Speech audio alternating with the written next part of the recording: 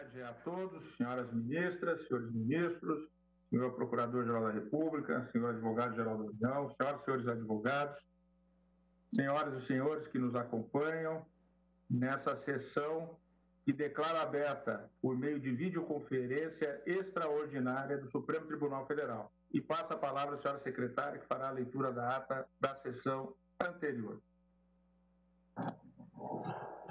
Ata da 20ª Sessão Ordinária do Plenário do Supremo Tribunal Federal, realizada inteiramente por videoconferência em 19 de agosto de 2020. Presidência do senhor ministro Dias Toffoli, presentes à sessão os senhores ministros Marco Aurélio, Gilmar Mendes, Ricardo Lewandowski, Carmen Lúcia, Luiz Fux, Rosa Weber, Roberto Barroso, Edson Fachin e Alexandre de Moraes. Ausente, por motivo de licença médica, o senhor ministro Celso de Mello. Procurador-Geral da República, Dr. Antônio Augusto Brandão de Aras, e Vice-Procurador-Geral Eleitoral, Dr. Renato Brio de Góes. Abriu-se a sessão às 15h23, sendo lida e aprovada a ata da sessão anterior. Pergunto se há alguma anotação. Não havendo, declaro a ata aprovada. Ministra Carmen Lúcia, como consignado ao final da sessão de ontem, para continuidade de julgamento, pergunto se posso apregoar medida cautelar na ADPF 722 de relatoria de Vossa Excelência. Perfeitamente, presidente. Boa tarde. Boa tarde. Boa tarde novamente. E com a presença de todos os advogados na sala virtual de sessões, eu apregoo para continuidade de julgamento a medida cautelar em arguição de descumprimento de preceito fundamental 722, na qual consta como requerente Rede Sustentabilidade, interessado Ministro de Estado da Justiça e Segurança Pública, Anice Cury, Confederação Nacional das Carreiras Típicas de Estado e Associação Direitos Humanos em Rede. Na data de ontem, após as sustentações orais e o voto da ministra Carmen Lúcia, que deferia a medida cautelar para suspender todo e qualquer ato do Ministério da Justiça e Segurança Pública de produção ou compartilhamento de informações sobre a vida pessoal, as escolhas pessoais e políticas, as práticas cívicas de cidadãos, servidores públicos federais, estaduais e municipais identificados como integrantes de movimento político antifascista, professores universitários e quaisquer outros que, atuando nos limites da legalidade, exerçam seus direitos de livremente expressar-se, reunir-se e associar-se. O julgamento foi suspenso para continuidade na data de hoje e, na sequência, então, da ordem regimental, passo a palavra ao próximo ministro a votar, ministro Alexandre de Moraes, que tem a palavra. Boa tarde, presidente. Cumprimento ministros, ministra Carmen, ministra Rosa, os ministros. Cumprimento também o doutor Augusto Aras, Procurador-Geral da República. Inicio parabenizando e cumprimentando todos os advogados que fizeram sustentações orais, doutor Bruno Lunardi, doutor Gabriel de Carvalho. Também cumprimento o ministro professor José Levi, advogado-geral da União. Presidente, relembrando rapidamente, já parabenizando o brilhante voto da eminente relatora, a ministra Carmen Lúcia, que detalhadamente colocou a hipótese para que o plenário pudesse analisar. Trata-se aqui, como também Vossa Excelência recordou, de uma arguição do preceito fundamental, onde se pede a declaração de inconstitucionalidade por incompatibilidade com alguns preceitos fundamentais, em especial por desvio de finalidade, da produção de conhecimentos, informações que teriam sido produzidos pelo Ministério da Justiça e Segurança Pública em relação a integrantes do denominado movimento antifascismo, no sentido de que o Ministério, por ato do Ministério da Justiça e Segurança Pública, haveria ocorrido a promoção de investigação sigilosa sobre um grupo de 579 servidores federais e estaduais de segurança identificados como integrantes do movimento antifascismo, incluindo aí, segundo o autor, partido autor, professores universitários. Ainda, como relatado pela eminente relatora, o arguente ele se insurge contra a produção e a disseminação de dossiês sobre um grupo de 579 servidores federais e estaduais de segurança pública identificados, como já dito, como integrantes do movimento antifascismo. Afirma ainda que o dossiê, classificado como de acesso restrito, teria sido compartilhado com diversos órgãos, como Polícia Rodoviária Federal, Casa Civil, da Presidência da República, a ABIN, Força Nacional de Segurança e 3 centros de inteligência vinculados à SCO. No relatório, haveria menção a policiais formadores de opinião, entrevistas de professores e relação de servidores que teriam subscrito manifestos pela defesa da democracia. É um breve relatório, como eu disse, porque a questão foi amplamente detalhada ontem pela eminente ministra relatora. Eu inicio, presidente, acompanhando a relatora no tocante ao cabimento da arguição de descumprimento de preceito fundamental e também em relação à legitimidade da propositura pelo partido político. E faço, presidente, aqui algumas considerações importantes que tanto foram ditas da tribuna quanto pela eminente ministra relatora. A questão do cabimento da arguição de eventual ferimento de preceitos fundamentais, obviamente essa questão no mérito será mais amplamente discutida, mas não há nenhuma dúvida que existem relatórios de inteligência classificados pelo autor como dossiês, classificados pela Advocacia Geral da União como relatórios de inteligência, mas a existência desse material não foi posta, em dúvida em nenhum momento. Isso foi muito bem ressaltado pela eminente ministra relatora, inclusive nas manifestações do ministro da Justiça e Segurança Pública, que encaminhou a eminente relatora. Também, em sua sustentação oral, o professor José Levi também não negou a existência do que se trata na arguição. Aqui ressalto que recebi na terça-feira à noite, assim como os demais ministros, por determinação da eminente ministra relatora, recebemos do Ministério da Justiça e Segurança Pública acesso ao material que tenha sido impugnado junto com uma senha, e na própria terça para quarta, logo após a nossa sessão no Tribunal Superior Eleitoral, presidida pelo ministro Luiz Roberto Barroso, no final da noite ainda tive o imenso prazer de ver detalhadamente esses dados, que diria não são tão emocionantes como a mídia sugeriu. Muito menos emocionantes, o que não significa serem graves ou não, serem importantes ou não, mas muito menos emocionantes do que sugerido. E aqui entra, presidente, ministro relator, aqui entra a questão a ser definida na presente arguição de descumprimento de preceito fundamental, no caso, a análise da medida cautelar pleiteada. Exatamente, me parece, a mesma discussão que tivemos semana passada. Esses dados, essa produção feita pelo sistema de inteligência do Ministério da Justiça e Segurança Pública, que faz parte, e é uma parte prestigiada, importantíssima, do sistema brasileiro de informação, se esses dados, essa coleta de dados, ela está, nessa primeira análise realizada, está dentro do que seria o serviço de inteligência, do sistema de inteligência, ou se extrapolou e, eventualmente, estaria, de alguma forma, o procedimento realizado pelo Ministério da Justiça estaria extrapolando o que é um sistema de inteligência para realizar investigações específicas, ou mais grave ainda, não só realizar investigações específicas em relação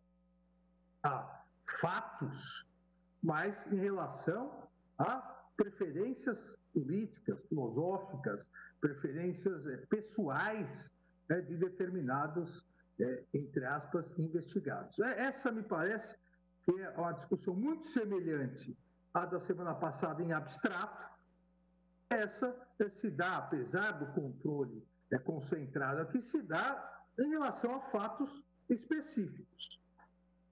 De um lado, alega o Ministério da Justiça e Segurança Pública, que, por meio também da Advocacia Geral da União, que a produção de informações de inteligência está sendo realizada e foi realizada com base em toda a legislação que regulamenta, e o Ministério da Justiça, repito, é parte essencial, importantíssima no sistema de inteligência.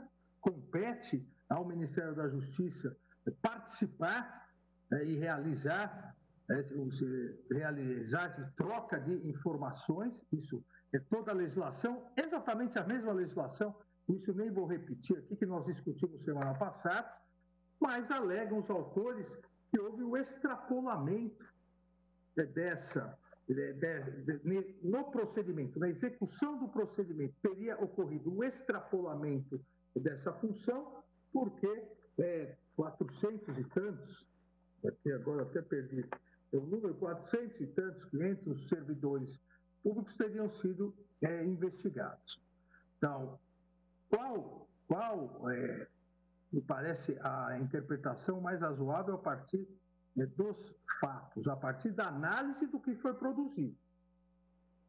Obviamente, não é permitido ao Ministério da Justiça e Segurança Pública, a nenhum órgão que faz parte do sistema de inteligência do SISBIN, o Sistema de Inteligência Brasileiro, o Sistema Brasileiro de Inteligência, nenhum órgão bisbilhotar ou fichar ou ainda estabelecer classificações, seja de servidores públicos, seja de particulares, para com isso enviar a determinados outros órgãos, fazer esse compartilhamento, porque o sistema de inteligência, os relatórios de inteligência, eles não podem ser utilizados para procedimento disciplinar, para procedimento criminal. Relatórios de inteligência, como o próprio nome diz, servem para basear a tomada de decisões e só podem ser produzidos a partir de fatos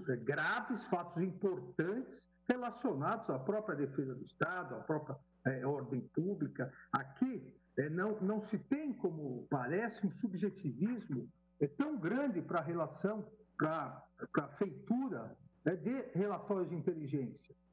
Não pode acordar determinado dia um servidor que faz parte do SISBIN e falar: eu acho que determinada pessoa, para usar um termo antigo, subversiva, e a partir disso começar a levantar informações em relação a essa pessoa. O que nós verificamos, pelo menos na minha análise inicial, o que nós verificamos na maior parte de toda a documentação juntada aos autos são informações tiradas de rede social, do Google, eu diria informações extremamente precárias para um sistema de inteligência que deveria ser muito melhor, e digo isso porque já dizia desde o tempo do Ministério da Justiça, desses relatórios de inteligência. Há vários relatórios de inteligência, se não a grande maioria, eu diria, de fatos pretéritos, narrando que houve manifestação A, manifestação B, em determinada manifestação algumas pessoas depredaram não sei o quê, e a polícia reagiu assim. Ou seja, a grande maioria, a grande parte desses supostos relatórios de inteligência, como ressaltou o Procurador-Geral da República, grande parte desses relatórios, qualquer pessoa teria acesso pela internet. Há até um deles que, de inteligência, hoje em dia não tem nada. Se preocupa mais em tentar identificar uma moça que teria tirado a blusa numa manifestação. E junta como essa prova? Junta a foto do jornal que apareceu isso. Ou seja, é extremamente precário, mas na grande parte, a produção desses relatórios de inteligência, que, volto a dizer, deveriam ser mais inteligentes, mas a grande parte desses relatórios de inteligência está analisando fatos e situações, nos termos exatamente do que o artigo 1º, parágrafo 2º da Lei 9.883 de 99 prevê. Ou seja, que a inteligência os órgãos de inteligência devem realmente fornecer às autoridades competentes informações oportunas, abrangentes e confiáveis. Me parece que grande parte desses relatórios de inteligência confia muito na internet, né, porque repete muito o que sai na internet, mas informações oportunas, abrangentes e confiáveis diante de fatos ou situações que possam resultar em ameaças ou riscos aos interesses da sociedade e do Estado. Então, manifestação A, manifestação B, quebra-quebra, isso, aquilo. Grande parte, relatório de inteligência, ontem ocorreu isso. Na semana passada, no fim de semana, houve manifestações a favor do presidente, contra o presidente, a favor ocorreu isso, contra ocorreu aquilo. Determinado local houve quebra disso, né? Quebraram, depredaram isso, aquilo, a polícia agiu, a polícia prendeu. Relatórios de fatos pretéritos, na grande maioria, relatórios de fatos pretéritos, alguns, eu volto a afirmar, sem nenhuma relevância, outros que juntam dados para dar eu diria, muito mais, eu classificaria, se fosse classificar, muito mais como um clipe jornalístico do que um verdadeiro relatório de inteligência, né? E alguns, aí sim, o intercâmbio de dados e conhecimentos, né? Mas nenhum deles, pelo menos daqueles que foram juntados, que eu pude analisar, nenhum invadindo, como nós analisamos, e o Supremo determinou a impossibilidade na semana passada, nenhum deles invadindo a seara judiciária, ou seja, não há nenhuma informação que dependeria de ordem judicial, não há nenhuma informação de quebra, a partir de quebra de sigilo financeiro, não há nenhuma informação a partir de interceptação telefônica compartilhada, nada em relação a isso. O que, então, causou, a meu ver, tanta celeuma, o que realmente parece, nesse primeiro juízo, ter extrapolado. E, a meu ver, há aqui um percentual mínimo que também não tem grandes informações, mas não faz parte, a meu ver, não faz parte do que deveria existir em relatórios de inteligência. E o que é isso? Num determinado momento, e não consta por ordem de quem, não consta o porquê, e não há um procedimento específico. O que deveria haver para isso, o próprio ministro da Justiça e Segurança Pública, agora já por portaria, estabeleceu uma comissão exatamente para se estabelecer esse iter procedimental nessas hipóteses. Num determinado momento, se começa a identificar policiais que seriam contrários ao governo, policiais que seriam dos movimentos antifascistas, mas, e aí, um claro viés político, que seriam contrários ao governo, às manifestações governamentais, e começa, por Estado, começa em tese, se fichar policiais. No estado do Rio Grande do Norte, esses oficiais, esses policiais civis, esses policiais rodoviários federais, estado por estado. Ora, isso, a meu ver, é sem qualquer justificativa aparente, pelo menos que foi juntado, isso não faz parte do que a legislação estabelece na produção de relatórios de inteligência. Uma coisa é estabelecer, através de troca de informações, em tese, o que há a possibilidade de greve de policiais que possa gerar uma insegurança pública. Isso é importante nos relatórios de inteligência para se evitar o caos social. Uma coisa é a troca de informações, relatórios de inteligência, para se verificar eventuais manifestações que possam interromper, como houve na greve dos caminhoneiros, interromper o abastecimento. São fatos, você analisa fatos. Outra coisa é começar a planilhar, estado por estado, policiais militares, policiais civis, que são lideranças, eventualmente, contra o governo, lideranças contra as manifestações realizadas a favor do governo. Qual o interesse disso?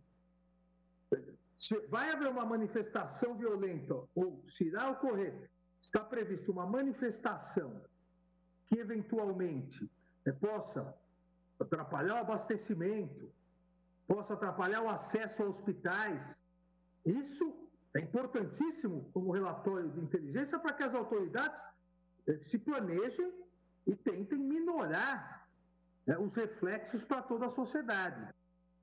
Mas, a partir disso, querer se estabelecer em determinados órgãos de segurança pública de todos os estados e órgãos de segurança pública, quem é a favor, quem é contra determinadas posições políticas, filosóficas, ou mesmo quem é a favor ou contra o governo, não há, ao meu ver, a mínima razoabilidade em relação a isso. Se você quer estabelecer da polícia militar de determinado estado os oficiais que são contra ou a favor do governo, você o quer fazer por alguma finalidade. Não há nesse tipo de informação, e volto a dizer, enquanto as demais informações, todas, eram tiradas da internet, num recorta e cola, se você começa nessa relação querer estabelecer, entre aspas, fichar a favor ou contra alguma coisa, aí pode ser feita. E compartilhar isso com os comandos da polícia, veja, não importa se o policial militar, se o policial civil, se o policial rodoviário federal, se o policial federal é a favor politicamente de A ou B, se ele vota em A, B ou C, se ele professa determinada religião, determinada crença filosófica, desde que ele exerça a sua função dentro dos limites legais, ele tem absoluta liberdade para aderir ao posicionamento que ele quiser. E não são os órgãos de inteligência do Estado que podem fiscalizar e, vejam, a prioristicamente intuir se ele é a favor ou contra, compartilhar com as chefias dessas pessoas a partir de absoluta desnecessidade para fins de informação. Então, o que aqui eu vislumbro em relação aos relatórios de inteligência, que eu já me esquecendo de afirmar, como bem disse eminentemente a relatora, e por justiça seja feita, também na sustentação oral do advogado-geral da União, o professor José Levi, jamais podem ser negados à autoridade judicial. Sigilo de relatórios de inteligência ao Poder Judiciário seria uma das grandes novidades. Nem na época do Irãs Contra, todos devem se recordar da venda de armamento por militares norte-americanos para Nicarágua, nem nessa época se negou o compartilhamento de informações de inteligência. Agora, inteligência, relatórios de inteligência, esses relatórios configuram uma coisa.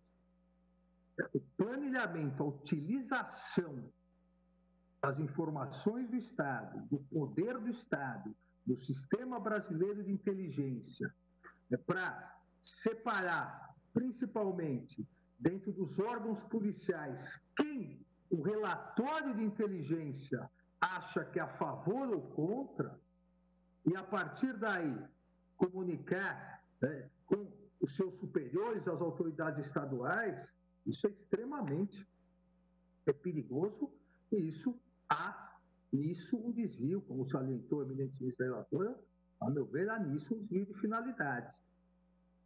Houve, é certo, a partir desses relatórios, houve, é certo, algumas informações sobre professores, professor da USP, sobre outros servidores públicos, que também caem nesse mesmo desvirtuamento, mas o que mais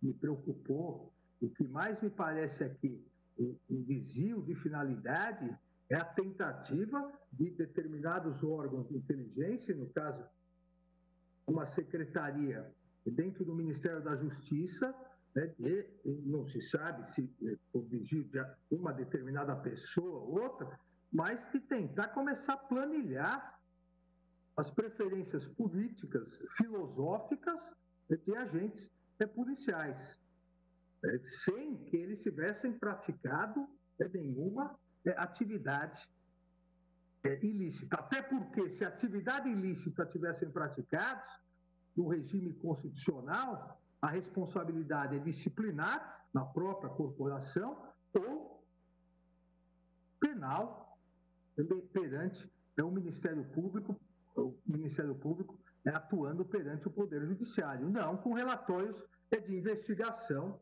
para tentar punir alguém porque ele professa determinada posição política contra a favor do governo estadual, contra a favor do governo federal. Vejam que nós tivemos antes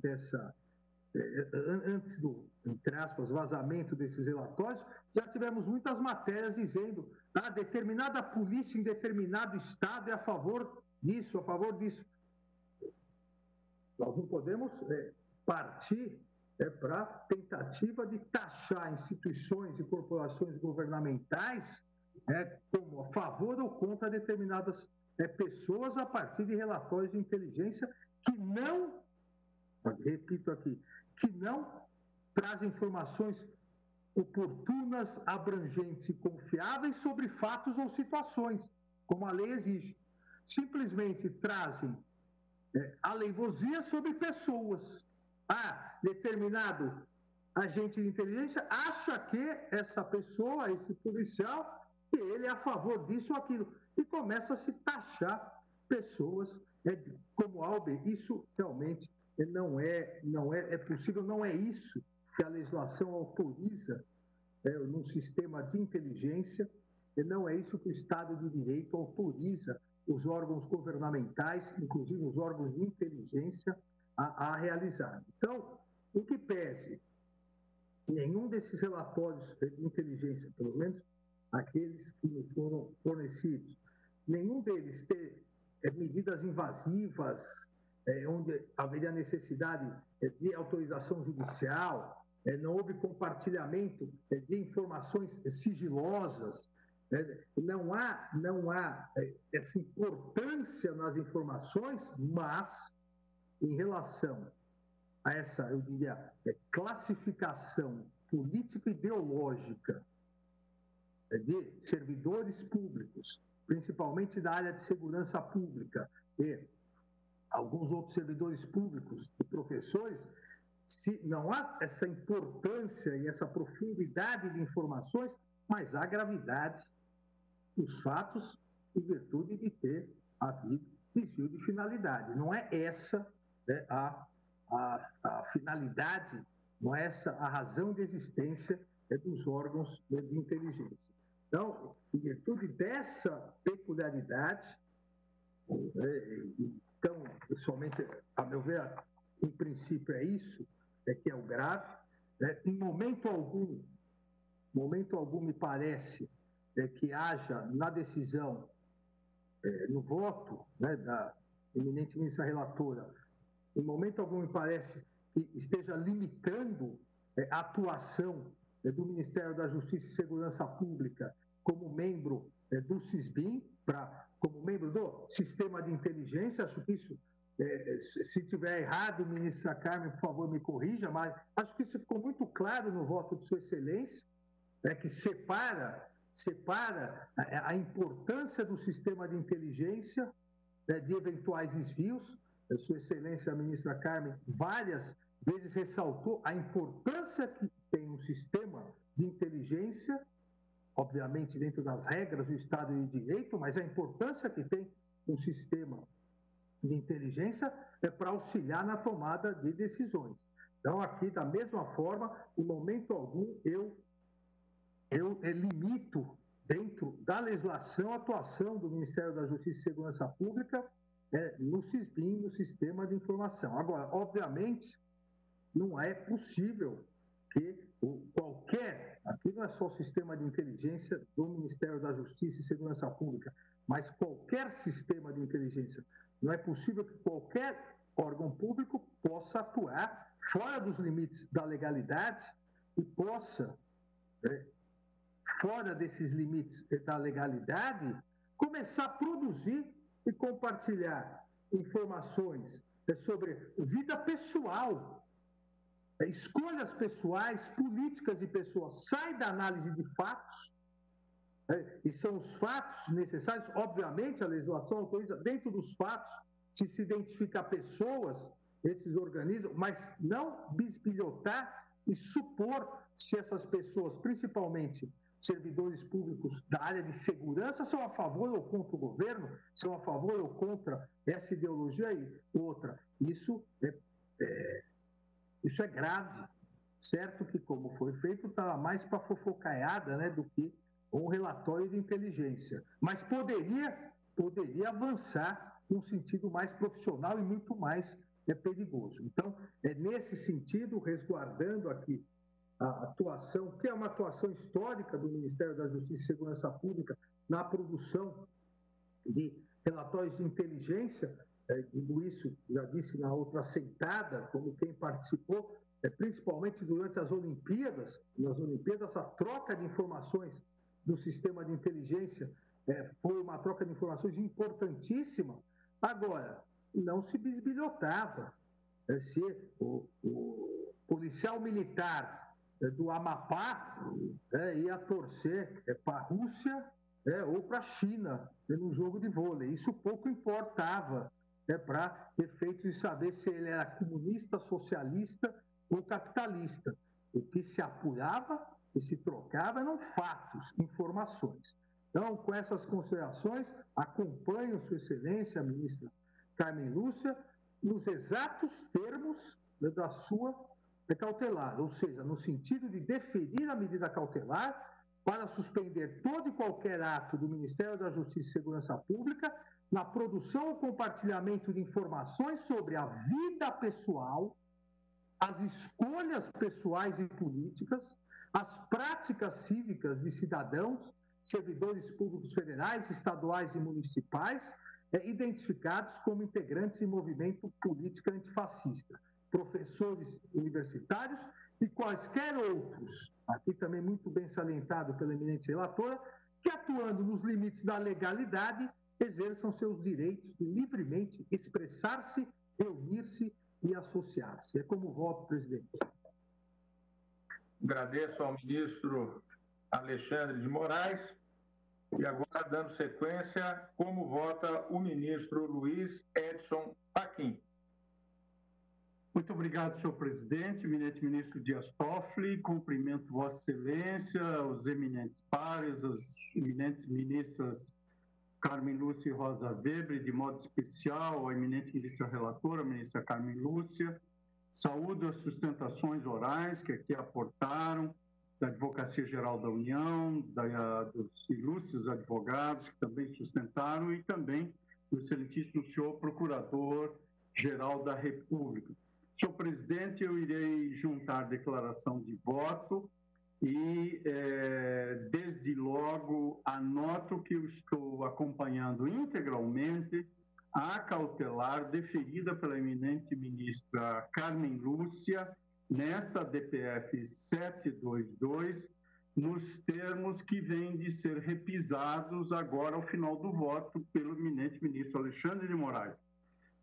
O deferimento no limite, no alcance proposto pelo acutíssimo voto da ministra Carmen Lúcia, tem um efeito presente e também prospectivo extremamente relevante e substancialmente acolhe a parte expressiva dos pedidos formulados diante da circunstância narrada na inicial, sendo que não só a real existência, mas como a mera possibilidade da existência de um dossiê tenha este ou outro nome, num país que chamou para si, em 1988, a expressão nunca mais em matéria de autoritarismo, só essa circunstância já levaria a demonstrar o abrigo jurídico-normativo na Constituição brasileira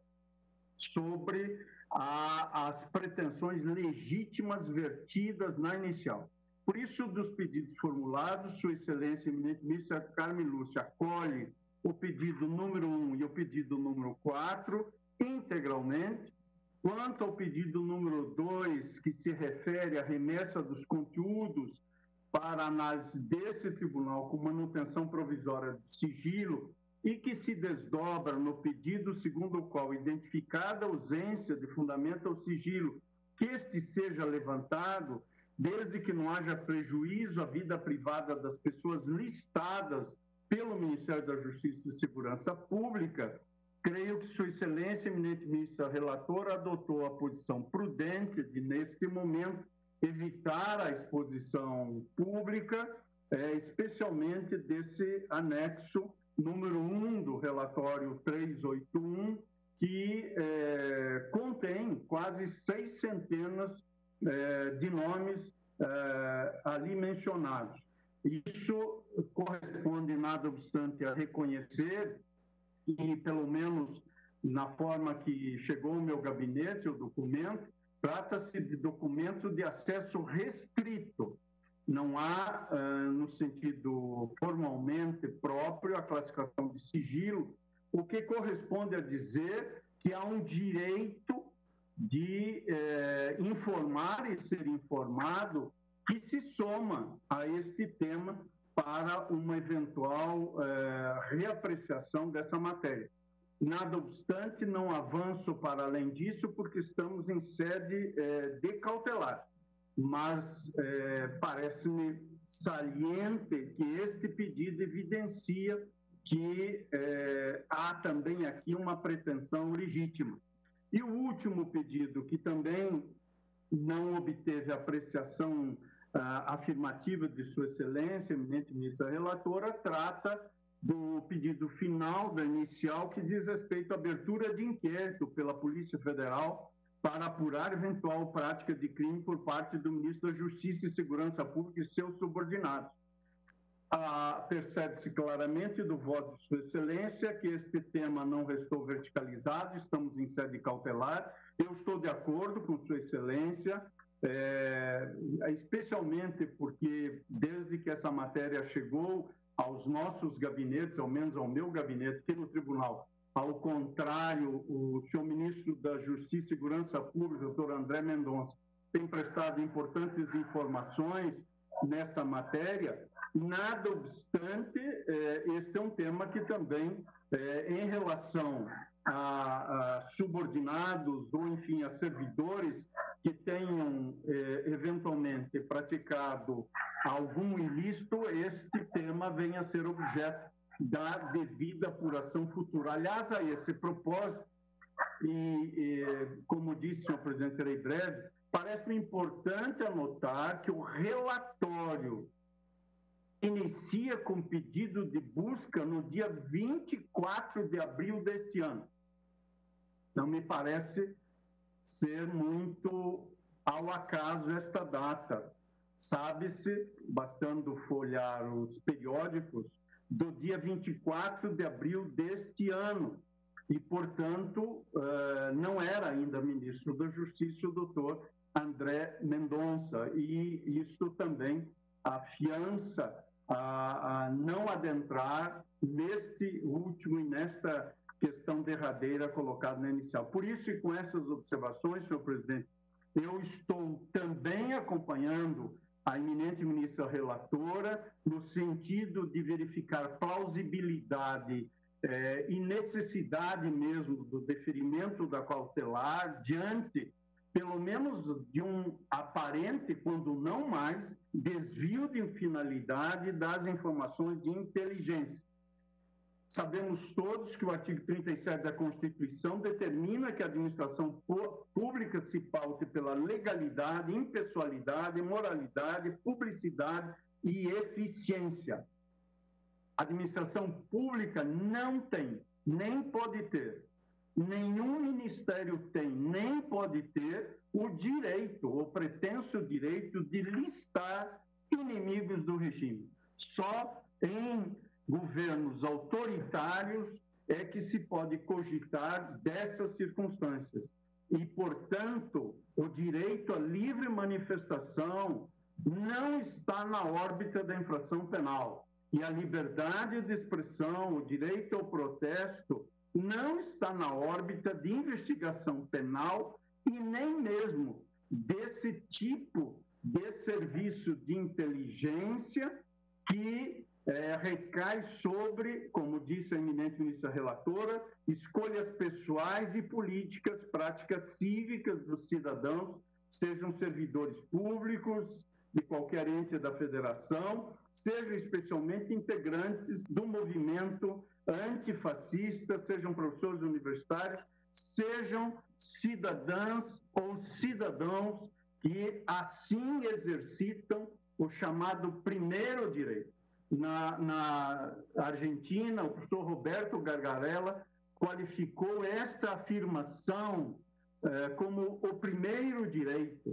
O primeiro direito corresponde, portanto, à manifestação do pensamento, à manifestação das ideias, o direito ao protesto, e é evidente que é fundamental que se preservem as instituições, mas há limites nesta execução de informações e de atividade de inteligência. Portanto, senhor presidente e senhores ministros, com essas observações e o mais que consta em nossa declaração de voto, eu estou acompanhando integralmente a eminente ministra relatora e é como voto.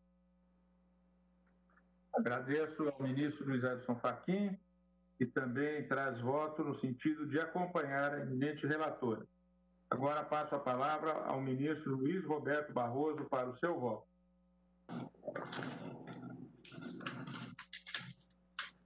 Presidente, cumprimento a todos, ministra Rosa Weber, ministra Carmen Lúcia, senhores ministros, senhor Procurador-Geral da República, doutor Augusto Aras, senhores advogados aqui presentes. Presidente, essa é substancialmente a mesma matéria que votamos em sessão anterior e, portanto, também eu pretendo ser muito breve, porque as minhas opiniões continuam a ser as mesmas. A primeira delas é a de reconhecer que a atividade de inteligência no mundo contemporâneo, ela é uma atividade muito importante, quando não essencial, para a proteção da segurança nacional em face de inimigos, muitas vezes externos, para a tomada de decisões, para o planejamento estratégico e, eventualmente, para a própria segurança pública. Portanto, este é um bem jurídico, é uma atividade relevante e penso que compatível plenamente com a Constituição. De outra parte, em uma tensão inevitável, quando não permanente, com as atividades de inteligência, se encontra um outro direito fundamental dentro de um Estado constitucional e democrático, que é o direito de privacidade, o direito que as pessoas têm de terem uma esfera na sua vida que deve ser inacessível, quer a qualquer outra pessoa, quer, sobretudo, ao Estado com o seu braço tentacular. Portanto, eu preciso operar aqui, na formulação do meu raciocínio, compatibilizando na intensidade possível dois valores importantes: a inteligência e a privacidade. Até porque eu sou um defensor de longa data de decisões que são tomadas com base em fatos, com base em informações. Sou defensor de uma virada empírico-pragmática que derrote um pouco uma vicissitude brasileira, não latino-americana, de uma retórica tonitruante, uma retórica muitas vezes vazia e abstrata, que guarda uma certa indiferença em relação à realidade, ao mundo real. Portanto, sou defensor de decisões que se baseiem na experiência e que monitorem os resultados. Portanto, experiência e resultado são os dois elementos da virada pragmática da qual eu sou um defensor. De outro lado, nesse mundo que nós vivemos, os dados e as informações se tornaram um ativo muito valioso, mais até talvez do que os bens industriais e comerciais. São dados e informações e tecnologia e propriedade intelectual que constituem a riqueza do mundo contemporâneo. Há uma passagem boa nos livros do Yuval Noah Harari, em que ele diz: se você está tendo acesso a algum proveito de graça, pode ter certeza que o produto é você, porque são as informações a seu respeito que estão sendo colhidas e utilizadas. De modo que os riscos à privacidade no mundo contemporâneo, elas vêm tanto de plataformas eletrônicas privadas como do próprio Estado, no modelo tradicional. Portanto, estamos aqui lidando com essa dualidade inteligência e proteção de dados, proteção de privacidade, aqui acrescida também da liberdade de manifestação do pensamento e da liberdade de expressão. Eu lembro que, há não muito tempo atrás, nós decidimos também nesse plenário, salvo engano, por unanimidade ou quase unanimidade, em sentido contrário ao compartilhamento de informações pelas empresas de telefonia com o Instituto Brasileiro de Geografia e Estatística. Devo dizer que uma decisão que tomei sem nenhum entusiasmo, justamente por reconhecer que os dados e as informações são importantes, mas pelo temor fundado que a maioria dos ministros demonstrou, eu inclusive, de malversação na utilização desses dados e dessas informações. Embora a atividade de inteligência seja indispensável, poucas áreas na vida de um país, mesmo nas democracias, oferecem maior risco de abuso do que esta área de inteligência. E basta olhar para o mundo e para a história recente para ver os horrores que a KGB fez na União Soviética ou a Stasi fez na Alemanha Oriental. Mas um pouco para demonstrar que o risco de abuso nessa matéria não tem ideologia, a NSA nos Estados Unidos também já foi denunciada pelo acesso indevido às informações de milhões de celulares em todo o mundo. Portanto, sempre que se lida com a atividade de inteligência, é preciso ter em conta o risco que ela oferece de abuso e a tentação que ela representa para os governos e os governantes. Todos, em qualquer tempo, estão sujeitos à tentação de utilizar órgãos de inteligência e as informações obtidas para protegerem os seus interesses próprios e não, em rigor, os interesses do Estado. Lembrando que inteligência, serviço de inteligência, é uma atividade de Estado e não uma atividade de governo. E no Brasil, para não esquecermos, o passado nessa matéria condena em que os órgãos de segurança, os órgãos de inteligência foram largamente utilizados para monitorar adversários políticos, intimidá-los, inclusive com o vazamento de algumas informações ou fazendo-os saber que estavam sendo observados quase que em tempo integral, não para a proteção do Estado, mas para a defesa de interesses, às vezes, mesquinhos dos governantes. De modo que a simples possibilidade da volta dessa prática dentro do Estado constitucional e democrático brasileiro, que dura 32 anos sob a Constituição de 1988, e não foram tempos banais.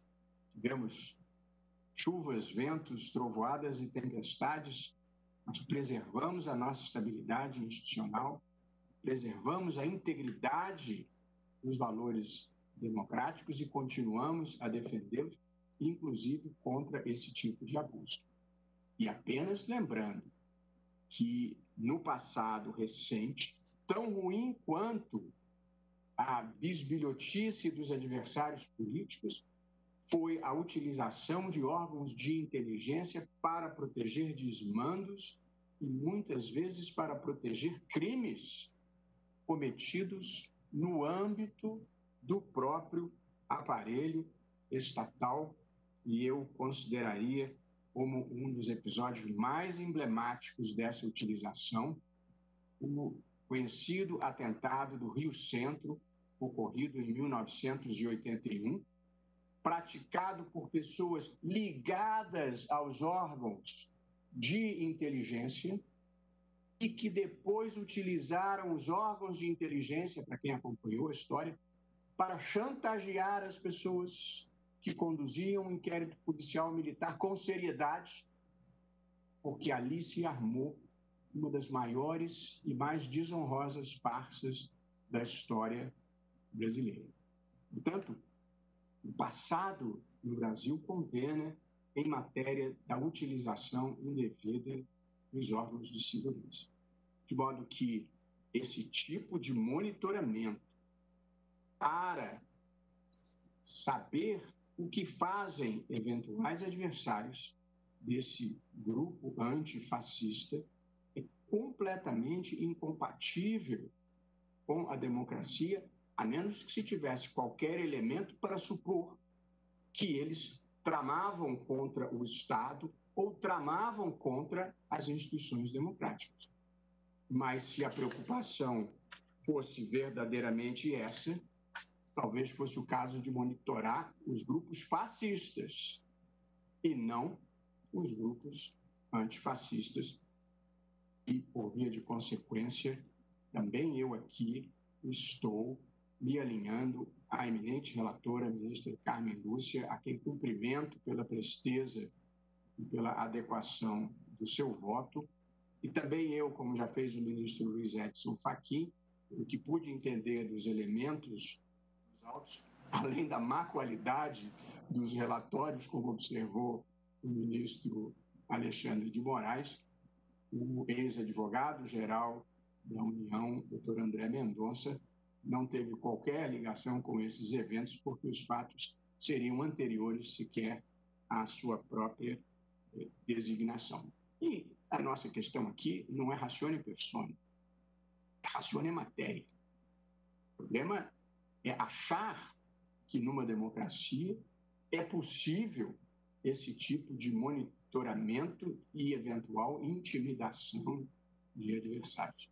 Por esse conjunto de razões que brevemente expus aqui, presidente, também eu estou votando no sentido de deferir a medida cautelar para suspender todo e qualquer ato do Ministério da Justiça e Segurança Pública de produção ou compartilhamento de informações sobre a vida pessoal, as escolhas pessoais e políticas, as práticas cívicas dos cidadãos, dos servidores públicos federais, estaduais e municipais identificados como integrantes do movimento antifascista, bem como professores universitários e quaisquer outros que, atuando nos limites da legalidade, exerçam seus direitos de livremente expressar-se, reunir-se e associar-se, como fez, a meu ver, com grande proficiência, a ministra relatora, professora Carmen Lúcia. Portanto, eu estou, presidente, acompanhando integralmente a posição já manifestada e endossada pelos meus colegas. Como vai, presidente? Agradeço ao ministro Luiz Roberto Barroso, também vota no sentido de acompanhar a ministra Carmen Lúcia. Como vota a eminente ministra Rosa Weber? Cumprimento, assim como o audiência do tribunal, o senhor Procurador-Geral da República, o senhor Advogado-Geral da União, senhores advogados presentes, senhoras e senhores, minhas saudações a todos. Cumprimentos especiais à eminente ministra relatora, que apresentou o voto cuja luz e brilho permitem-nos um julgamento seguro. Meus cumprimentos ainda aos que fizeram uso da palavra na tribuna virtual com valiosas sustentações orais. Trata-se, como visto, de medida cautelar em arguição de descumprimento de preceito fundamental proposta em face de ato atribuído ao ministro da Justiça e Segurança Pública, assim identificar. Acho importante relembrar, aspas, promover investigação sigilosa sobre um grupo de 579 servidores federais e estaduais de segurança identificados como integrantes do movimento antifascismo e professores universitários. Esse é o número de 4. Louvando a clareza do bem lançado relatório da eminente ministra Carmen Lúcia, eu destaco, de início, na declaração escrita de voto que trago e de que apresentarei aqui uma síntese, alguns pontos da exordial que eu reputo relevantes para melhor organizar o raciocínio a ser desenvolvido na presente justificativa, de cuja leitura, contudo, me eximo em benefício do tempo e uma vez já bem pontuados nos votos que me antecederam. O tema é sensível e, por isso, farei algumas breves observações.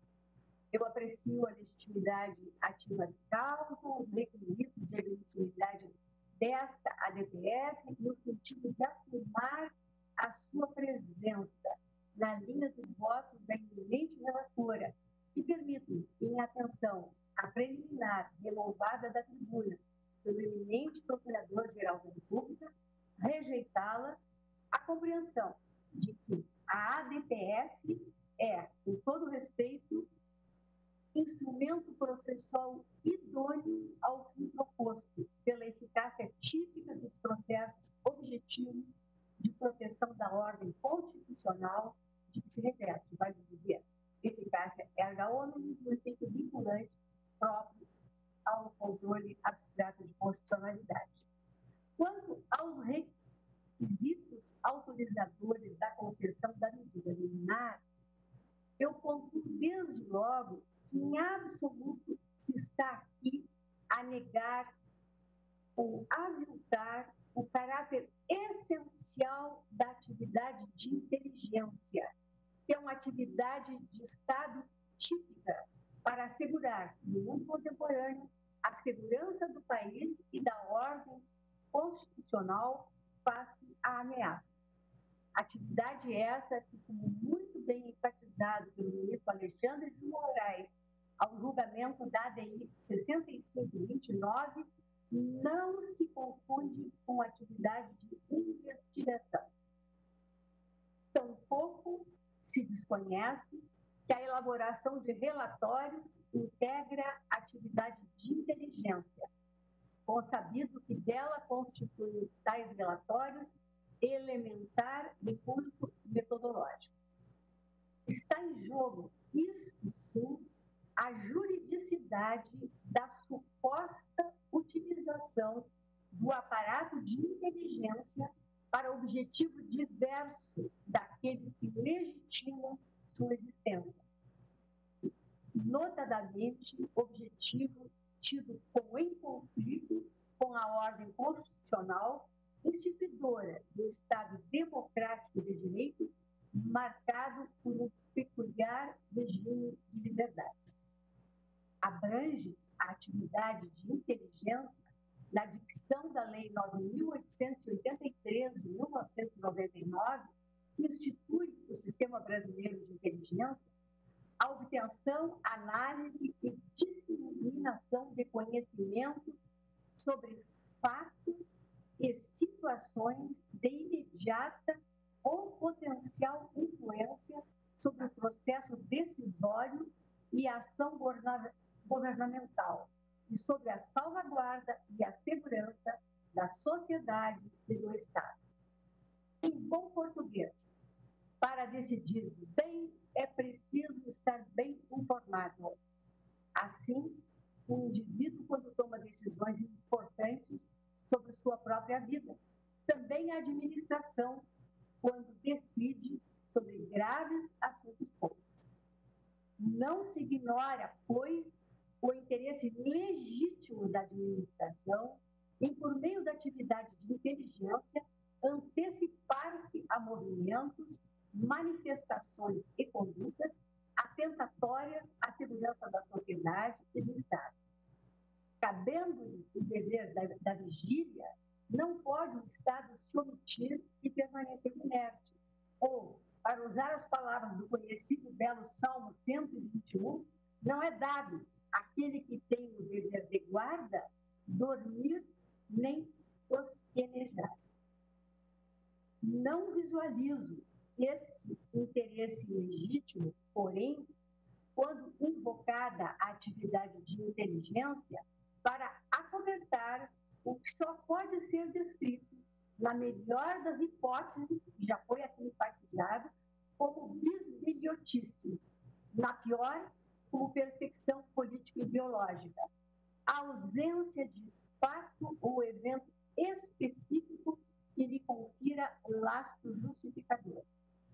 E aqui reveste-se de particular relevância o parágrafo único do artigo 3º da Lei 9.883, de 99, que submete expressamente a legitimidade das atividades de inteligência à observância irrestrita dos direitos e garantias individuais, a fidelidade às instituições e aos princípios éticos que regem os interesses e a segurança do Estado. Em absoluto, se está a imputar de ilícita a atividade de inteligência em si mesma. Repito, no mundo moderno, ela é imprescindível. Porém, a vinculação a fato ou situação relevante para a segurança da sociedade e do Estado é condição, a meu juízo, da sua licitude. Isso não apenas é o que afirma categoricamente a legislação de urgência, como também o que decorre diretamente do regime dos direitos fundamentais assegurados na Constituição. É que o poder arbitrário, sem o freio das leis, exercido no interesse do governante e contra os interesses dos governados, o medo como princípio da ação, no expressivo dizer de Hannah Arendt, traduz as marcas registradas da tirania. Lembrando conceituação presente no nosso direito positivo, o desvio de finalidade se verifica quando o agente pratica ato visando a fim diverso daquele previsto, explícita ou implicitamente, na regra de competência. Estou me referindo à Lei 4.717 de 65, de regulação popular. Por derivação, Pode-se afirmar com segurança que há desvio de finalidade sempre que o ato é praticado contrariamente ao interesse público. Adoto como premissa da análise que traduz grave desvio de finalidade da administração pública a utilização do aparato institucional desenhado para servir às atividades de inteligência com a finalidade de dissimular a produção de material viciado tanto no seu conteúdo, por violar direitos e garantias fundamentais, quanto na sua motivação, ao expressar intolerável confusão entre o interesse público do Estado e interesses políticos de feição privada. E esse é o ponto que singulariza o documento objeto do presente feito como posto na inicial, tornando impróprias as comparações com relatórios de inteligência relacionados com o objetivo de indicar um certo paradigma de atividade. Relatórios de inteligência não podem ter como alvo uma ideologia específica, e sim a prática real ou potencial de atos atentatórios à segurança pública ou sua ameaça, independentemente da ideologia que expressa. A atividade de inteligência há de ter em mira condutas objetivas e comportamentos específicos, potencialmente atentatórios à segurança pública, às instituições democráticas e aos direitos fundamentais. Quando se volta essa atividade contra pessoas apenas em razão do que pensam, ausente qualquer base material justificadora da atividade, desvia-se da finalidade que é legítima e traduz verdadeira violência. Em uma democracia, ninguém deve temer represália por apenas expressar uma opinião, uma crença, um pensamento não endossado por quem ocupa posição de autoridade. O Estado constitucional não admite sejam as ações do Estado orientadas pela lógica do pensamento ideológico. No caso do exame, a linha distintiva entre o espaço de ação das atividades de Estado fundadas no interesse público e o domínio do mero interesse político parece ensombrecida pelo próprio teor da nota técnica 19/2020, que subsidia as informações prestadas nos autos pelo Ministério da Justiça e Segurança Pública. Se, por um lado, é ali acertadamente afirmado que não compete à CEOP produzir dossiê contra nenhum cidadão e nem mesmo instaurar procedimentos de cunho inquisitorial, por outro, justificativa alguma há juridicamente plausível, seja na referida nota técnica, seja nas informações prestadas para a produção do material com o conteúdo afirmado. O silêncio das entrelinhas é mais eloquente do que as palavras lançadas. Em juízo de delibação, vale dizer, no juízo precário próprio às medidas cautelares, a modalidade de desvio de finalidade que visualizo no caso dos autos parece intimamente ligada a uma certa cultura autoritária que insiste em se perpetuar entre nós e se revela, para usar a clássica expressão de Raimundo Paoro, como resíduo do patrimonialismo. O velho sistema em que o cargo público é apropriado por aquele que o exerce para os seus próprios fins. Se no governo constitucional as leis positivas destinam-se a erigir fronteiras, e aqui estou mais uma vez a me valer das palavras de Hannah Arendt, o patrimonialismo, ao corromper a separação entre o público e o privado, lança a semente do personalismo e do arbítrio. Arbítrio que é repudiado pela democracia constitucional, marcada pelo culto à lei impessoal, pela preservação dos direitos e pelo reconhecimento da dignidade do indivíduo. Abordo brevemente as liberdades de manifestação do pensamento e de expressão, como já tive a oportunidade de frisar esse plenário, como assento constitucional antes de ser intransigentemente garantidas e digo que em absoluto revestem-se de legitimidade constitucional atos de autoridades investidas de qualquer parcela de poder político que tenham como objetivo a imposição de restrições não contidas nos limites axiológicos, deontológicos e teleológicos da nossa Carta Política. É o que, nesse juízo aligeirado que faço, parece ser o caso da sequência de atos realizados dentro da estrutura do Ministério da Justiça e da Segurança Pública, e que a evidência tende ao embaraço da manifestação do pensamento e da livre expressão da atividade intelectual, bem como a supressão de liberdade de reunião e associação, interferindo na esfera privada de centenas de indivíduos integrantes de corporações de diferentes estados, em ofensa aos postulados do pluralismo de ideias e, particularmente, no tocante aos professores referidos, da liberdade de cátedra e da autonomia universitária.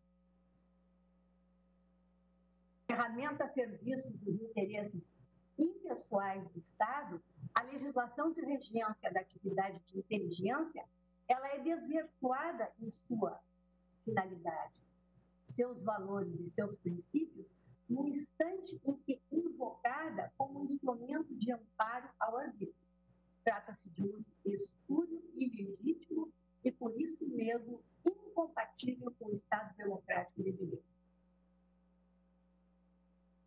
A Constituição, documento fundante do Estado e legitimador das atividades de todos os seus agentes, não confere ao Estado, por ela instituído, autorização para suprimir, sob qualquer pretexto, a liberdade de expressão de pensamento e o debate de ideias.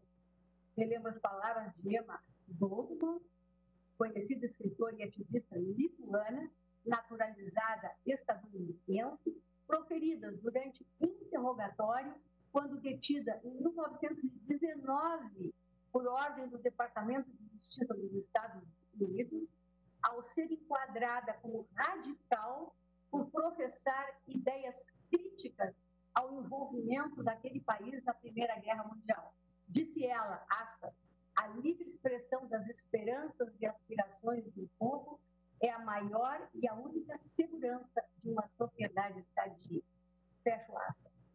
Reporto, em particular, o paradigmático julgamento da DPF 187, relatoria do ministro Celso de Mello, julgado em 15 de junho de 2011, que reverbera, não posso deixar de anotar, a sensibilidade política do pensamento de Rosa Luxemburgo, para quem a essência da liberdade política depende dos efeitos revigorantes, benéficos e detergentes dos que pensam de modo diferente. Qualquer imposição heterônoma de asepsia do pensamento é, sem dúvida, incompatível com a observância da garantia constitucional. Mais recentemente, o julgamento do mérito da ADI 2566, redator para o órgão do eminente ministro Edson Fachin, julgamento em maio de 2018, esse plenário reafirmou a primazia da liberdade de expressão na ordem constitucional pacta. No Estado Democrático de Direito, eu já me encaminho para o final, senhor presidente, a liberdade de expressão é a regra, admitida a sua restrição somente em situações excepcionais e nos termos da lei que, em qualquer caso, deverá observar os limites materiais da Constituição. Por óbvio, não pode ser tido como lícito em uma democracia constitucional ameaçar, tramar, incitar ou cometer atos de violência. E o que assim procede se expõe à justa e legítima repressão do Estado, que age em nome da sociedade. Nesse sentido, embora seja possível afirmar que a lei, o direito objetivo, represente, por definição, uma limitação do direito do indivíduo agir, exteriorizar um comportamento segundo as próprias convicções, não se pode, por outro lado, impedir o indivíduo de ter e expressar suas próprias opiniões, ideias e crenças. distinção que me parece essencial para a solução do caso presente entre expressão e ação. A ação, excluídos o caos e a anomia, necessariamente encontra limites. O pensamento, todavia, há de permanecer livre. Já se valia do conceito há 350 anos Baruch Spinoza, ao indagar no seu tratado teológico político que coisa pior pode imaginar-se para uma república que serem mandados para o exílio como indesejáveis homens honestos só porque pensam de maneira diferente e não sabem dissimular? Esta corte adota a sadia prática de recorrer com frequência ao auxílio do direito comparado, em especial quando a solução de uma questão jurídica envolve o dimensionamento de conceitos e princípios constitucionais que refletem, muitas vezes, dramas e dilemas universais. Se as cortes estrangeiras tantas vezes nos fornecem lições, pelo exemplo, também nos ensinam, mais raramente, com seus erros. Porém, o caso da decisão da Suprema Corte dos Estados Unidos, na qual uma apertada maioria rejeitou o recurso de um professor investigado a respeito de sua filiação política. Em voto vencido, cuja história tornou mais conhecido do que a tese então prevalecente, o Justus Black, divergindo, registrara que a decisão da maioria, aspas, deixa de considerar o verdadeiro interesse no silêncio do recorrente, o interesse do povo como um todo em poder ingressar em organizações, defender causas e até mesmo cometer erros políticos, sem depois ficar sujeito a penalidades governamentais por ter ousado pensar por conta própria. É esse direito, o direito de errar politicamente, que nos mantém como uma nação forte. Fecho aspas. Irmãos da liberdade de expressão e de manifestação do pensamento, os direitos fundamentais relativos à liberdade de reunião e de associação são igualmente alicerce das sociedades democráticas e as suas limitações, eventualmente admitidas, devem ser interpretadas restritivamente. Aqui eu transcrevo e relembro precedentes dessa Suprema Corte, nessa linha especial, a relatoria do ministro Ricardo Lewandowski, na ADI, 1969, julgamento em agosto de 2007.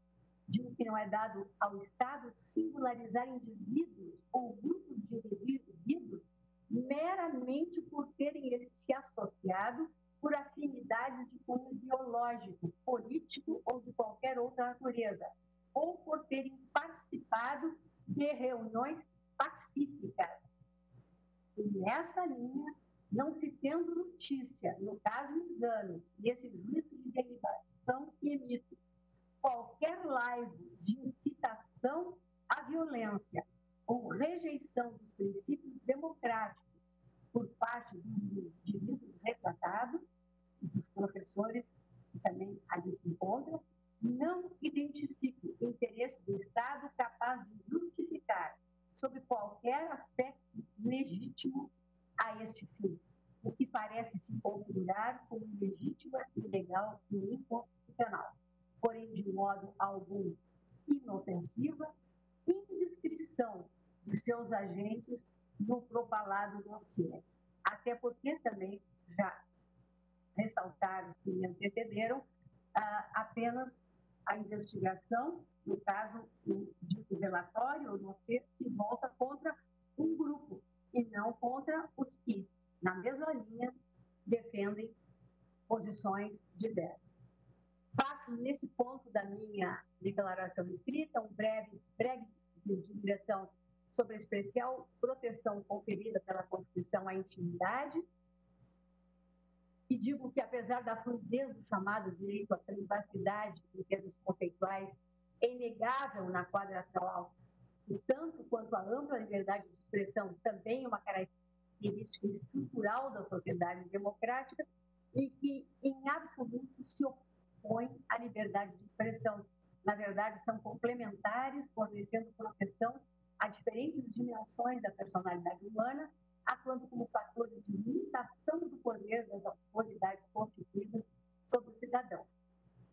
É interessante observar que a facilidade com que protegida ou exposta à privacidade transforma-se com o correr do tempo na medida da evolução das tecnologias da informação e da comunicação, impulsionando, de outra parte, o aperfeiçoamento das tecnologias voltadas à vigilância.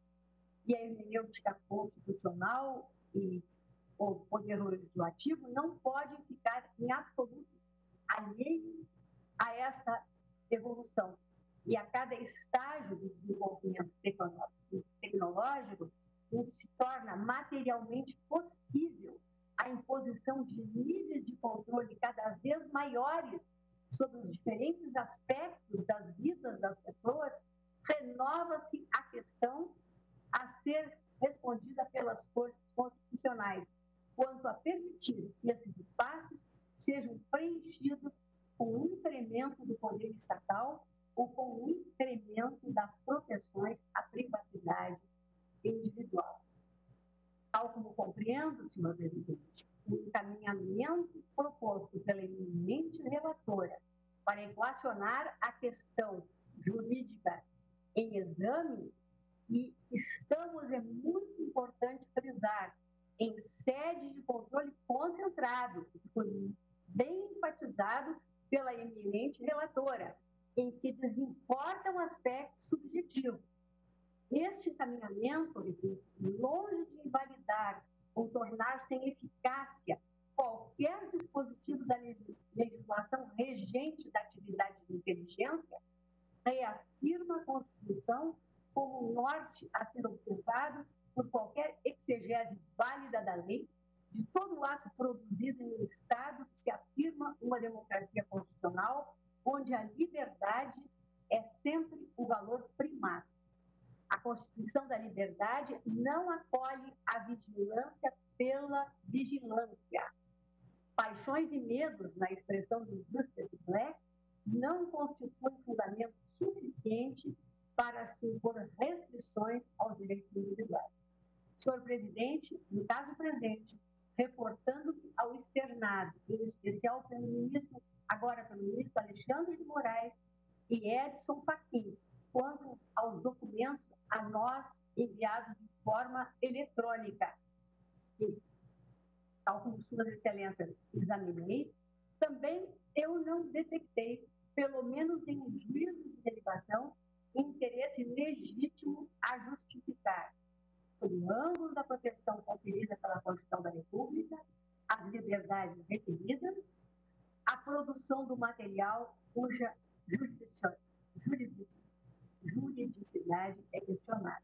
Eu reputo presente, nesse primeiro olhar, o desvio de finalidade apontado pela relatora, pelo menos em tese, na produção do referido relatório, o que conduz à concessão da cautelar, reafirmando a imprescindibilidade da absoluta reverência, no marco do Estado Democrático de Direito, às liberdades fundamentais, defiro a medida liminar requerida na exata extensão proposta pela eminente ministra Carmen Lúcia, relatora, a quem acompanho integralmente, cumprimentando mais uma vez Sua Excelência pela profundidade, sensibilidade, densidade e beleza do voto proferido. É como voto, senhor presidente. Agradeço à ministra Rosa Weber. E agora, para o seu voto, passo a palavra ao eminente ministro Luiz Fux. Senhor presidente, egrégia corte, ilustre representante do Ministério Público, senhores, Sua Excelência, Procurador-Geral da República, doutor Augusto Aras, os senhores advogados, advogado-geral da União, ministro Zé Levi, advogado dos requerentes, Bruno Lunardi, e a Gabriel de Carvalho.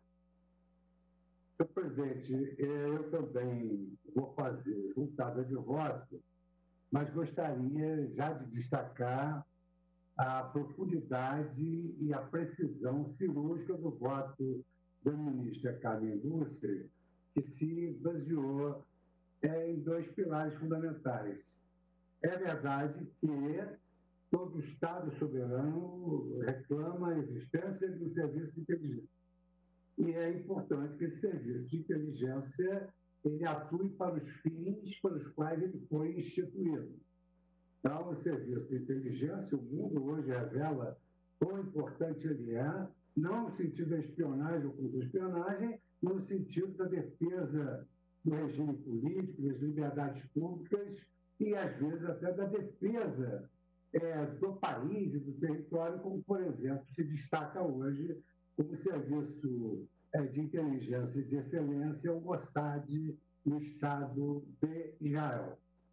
Por outro lado, senhor presidente, parece até uma ironia, mas falar de inteligência à luz dos fatos que estão mencionados nesse relatório e comparar o processo de inteligência que foi capitaneado pelo ministro Alexandre Moraes, onde se descobriu ali atos atentatórios às instituições democráticas, atos atentatórios à vida dos ministros supremos, torna esse documento absolutamente inócuo.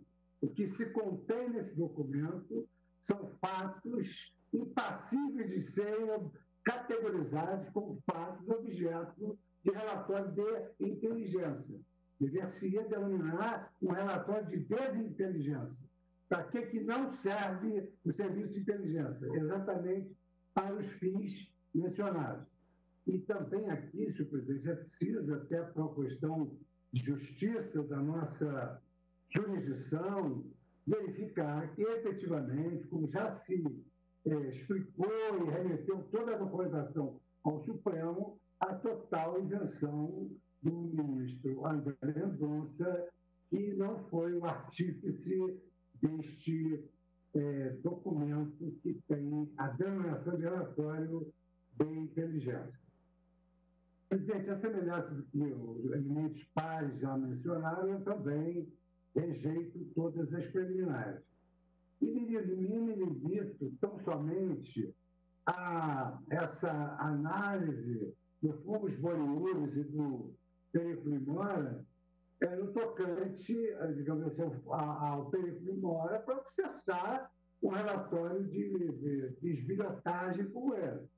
Exatamente nesse campo, a ministra Carmen Lúcia reiterou, já agora pela segunda vez, a sua defesa magnânima das liberdades fundamentais, como a liberdade de informação, já no caso que julgamos da ABIN, na semana passada, e agora acresce outros fundamentos em razão do caso concreto.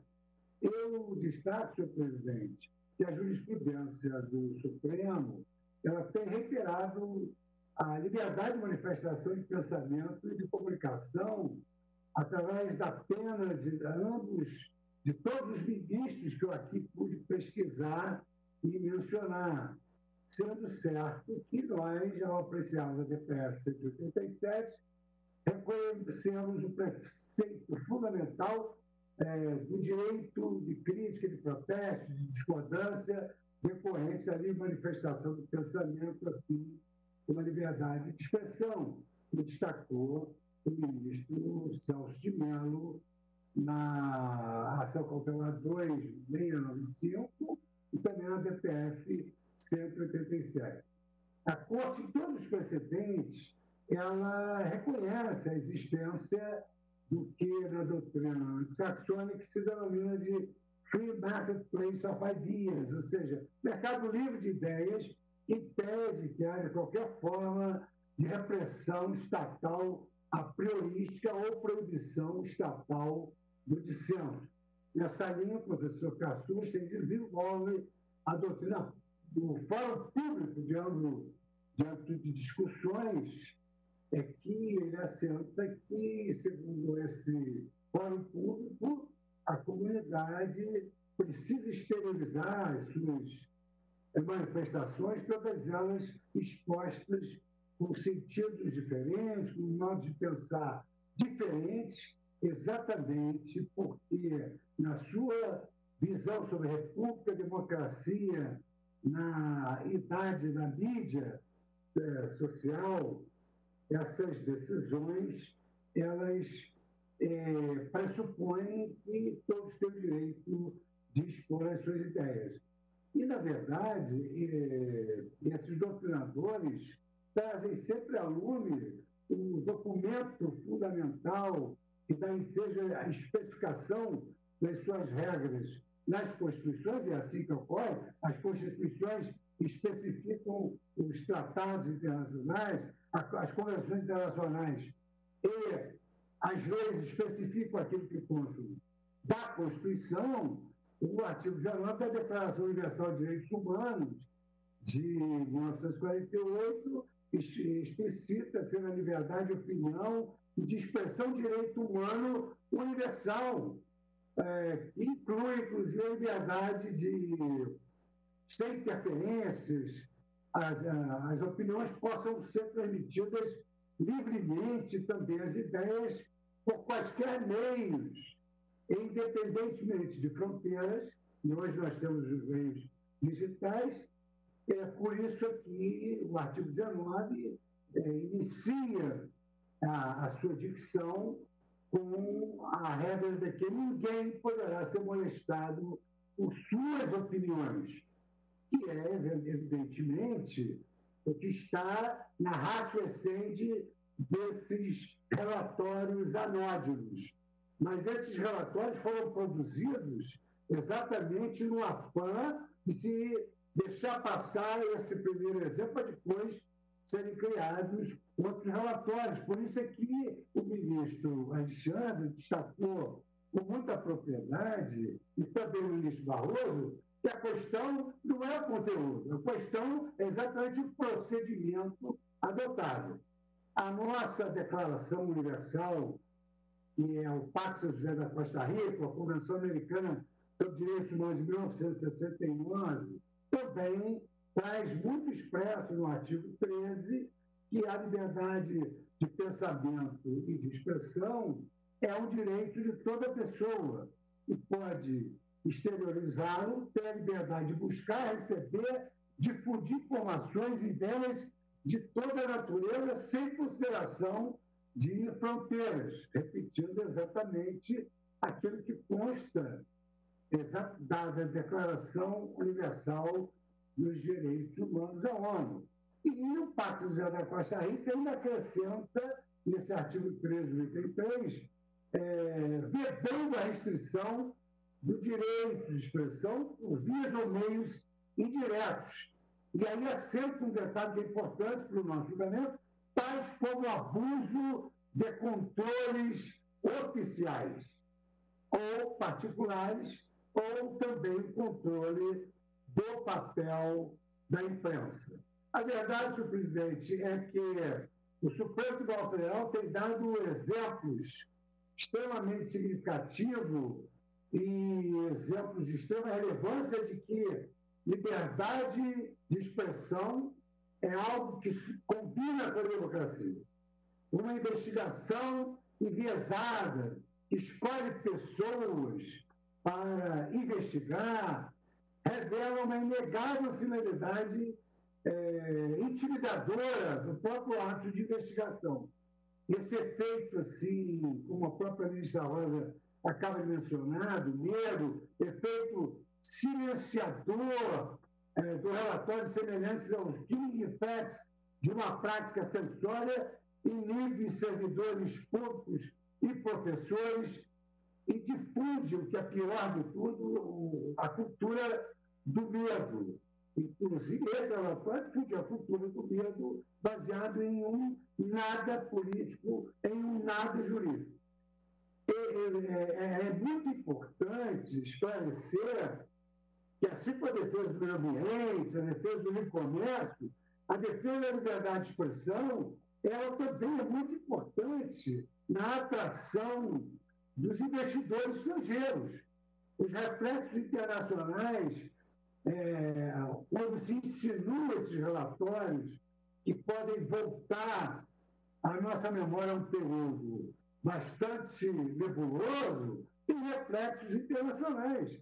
Em 27 de julho, a Anistia Internacional, em nota pública, repudiou veementemente a coleta de dados e compilação de informações pessoais contra ativistas de direitos humanos e opositores políticos, como destacou aqui muito bem, com essa sua inteligência privilegiada, essa sua sutileza, o ministro Gilberto Barroso, que tem de ter relatório em favor daqueles que defendem o antifascismo e outras espécies de discriminação. Nós nunca podemos desconhecer, e aqui foi citado pela ministra Rosa Weber, como Hannah Arendt, no século, uma filósofa do século passado, ela destacava que a própria dignidade humana foi obtida mediante lutas e barricadas contra o nazifascismo. Então, a iniciativa, esses relatórios, preocuparam a Anistia Internacional, especialmente, está na nota pública, especialmente por conta do Brasil possuir um passado recente de perseguições políticas. E esses relatórios se prestarem a uma espionagem e uma suposta intimidação dos opositores políticos por meio de investigações ilegalmente motivadas. O índice atual, mais recente, sobre democracia, o país, infelizmente, está encartado na categoria de democracia imperfeita, por várias fraquezas significativas e, principalmente, pela alegação de que os relatórios de inteligência são dotados de sigilo com acesso irrestrito, baseado aqui, como o ministro certamente destacou, na Lei 98.899. Evidentemente que este dispositivo tem de ser lido de acordo com a interpretação teleológica sistêmica, no sentido que não há segredos para o judiciário. Nesse âmbito, o segredo efetivamente não é a alma do negócio. E como todos nós, senhor presidente, a eminente relatora, pertencente à minha geração, o ministro Roberto Barroso, e também teve um papel atuante, como eu e outros professores da faculdade no CALC, era o nosso lema seguir aquela velha canção que Caetano Veloso e Rita Lee sempre enfatizavam: é proibido proibir. Então, nesse caso específico, esse tipo de relatório, a mensagem do Supremo é de que é proibido proibir.